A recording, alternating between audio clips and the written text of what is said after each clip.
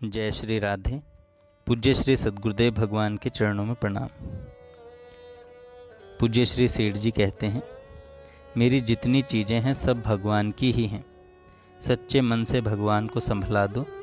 भगवान को सब संभला कर फिर भगवान का सेवक बनकर सब काम करो। सेवक को जो काम जिस तरह करना चाहिए उसी तरह करते रहो, परंतु बाजार घट गया या बढ़ गया उसके लाभ हानि के स्वामी भगवान हैं। भगवान के दास होकर भगवान का काम करो। पूज्य श्री उड़िया बाबा महाराज से साधक ने प्रश्न किया, क्या केवल नाम उच्चारण मात्र से पाप नष्ट हो जाते हैं? पूज्य महाराज जी कहते हैं, हाँ, हो जाते हैं। यही तो भगवान के नाम की महिमा है। परंतु नाम में आसक्ति अवश्य होनी चाहिए। यह आसक्ति नाम का उच्चारण करते करते स्वयं ही हो जाती है। संसार की आसक्ति को भगवान की आसक्ति में लीन कर दो। आसक्ति के बिना काम नहीं चलेगा। जब सच्ची आसक्ति हो जाएगी तब सदा सर्वदा अपने आप ही चिंतन होता रहेगा। भगवद विग्रह दर्शन, भगवत चिंतन, भगवत गुणानुवाद, भगवत भक्तों के साथ सत्संग, भगवत सेवा, भगवत भक्तों की सेवा, ये भगवान के प्रेम को प्राप्त करने के साधन हैं। हृदय में श्री भगवान का ध्यान हो, शरीर में रोमांच हो, जीभ से नाम का जप हो और नेत्रों में अश्रुधारा बहती हो। इससे बढ़कर भक्त का और क्या सौभाग्य हो सकता है। आजकल जो टेलीफोन है उससे मनुष्य केवल बात कर सकता है, परंतु भक्तों का टेलीफोन इससे विचित्र ही होता है। देखो, द्रौपदी ने भगवान को पुकारा और भगवान झट से आ गए। गज ने पुकारा और वे फौरन नंगे पैर आए। इसलिए इस टेलीफोन की अपेक्षा वह बहुत विचित्र है। नित्य निरंतर भगवान का मधुर स्मरण करें।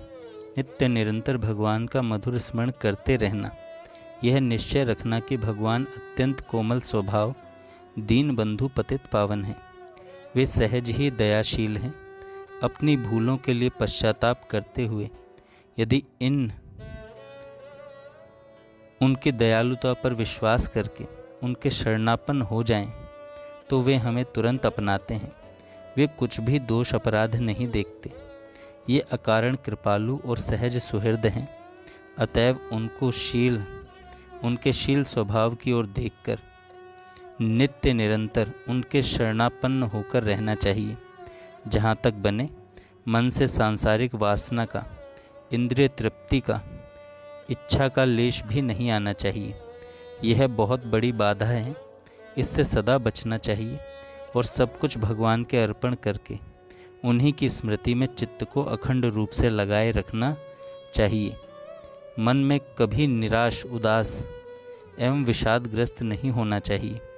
वे कहते हैं, माँ शुचय, मत सोच करो। तब भी यदि हम सोच करते हैं तो दो बातें हैं, या तो हम शरण में नहीं हैं या उन पर हमारा विश्वास नहीं है।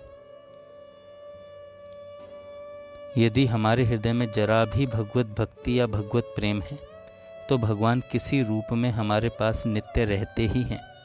हमारी बुद्धि, हमारा मन, हमारी इंद्रियां पूर्ण रूप से नित्य भगवान में ही रमण न करके जगत में रमती हैं। इसी से हमें उनके पास रहने का अनुभव कम होता है।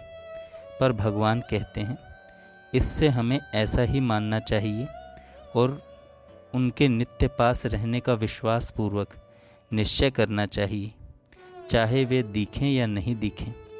साथ ही मन, बुद्धि, इंद्रियों को पूर्ण रूप से निरंतर भगवान में रमण करने की आदत डालनी चाहिए। यह काम मन के द्वारा ही हुआ करता है। यह काम मन के द्वारा ही हुआ करता है। साधक को भगवत प्राप्ति में देरी होने का कारण यही है कि वह भगवान के वियोग को सहन कर रहा है। यदि उसको भगवान का वियोग असहनीय हो जाए तो भगवान के मिलने में देरी नहीं होगी। भगवान की देश, काल, वस्तु, व्यक्ति आदि से दूरी है ही नहीं।